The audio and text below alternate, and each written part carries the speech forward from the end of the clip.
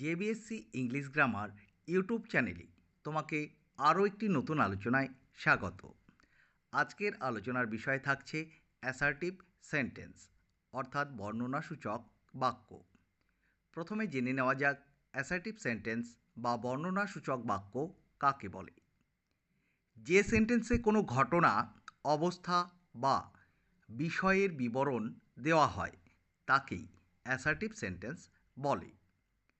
এবারে জেনে নাও অ্যাসার্টিভ সেন্টেন্সের গঠন প্রণালী অর্থাৎ অ্যাসার্টিভ সেন্টেন্স কিভাবে গঠন করতে হয়।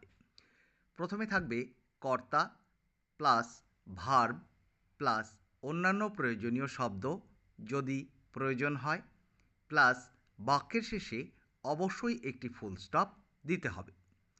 দেখে নেব এক্সাম্পল অর্থাৎ উদাহরণ।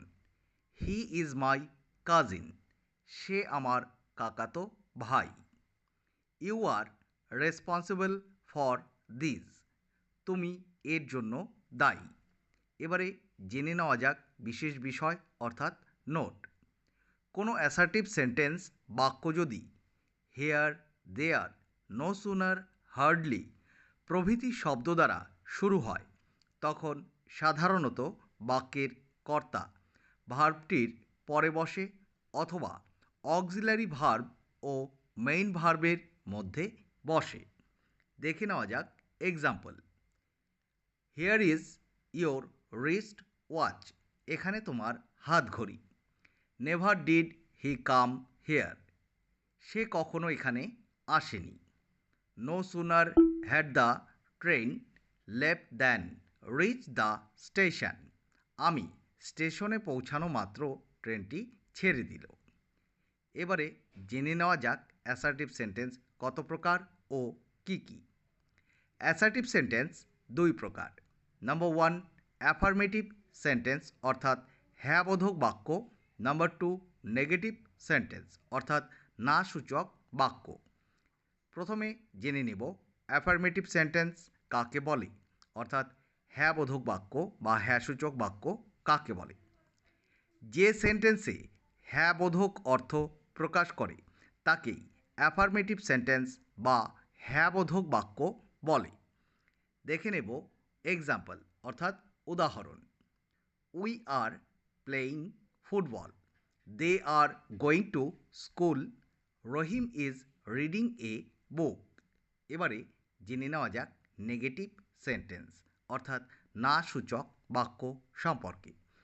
নেগেটিভ সেন্টেন্স বা না সূচক বাক্য কাকে বলে।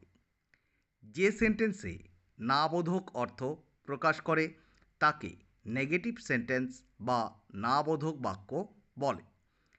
জেনে নাও এক্সাম্পল অর্থাৎ উদাহরণ।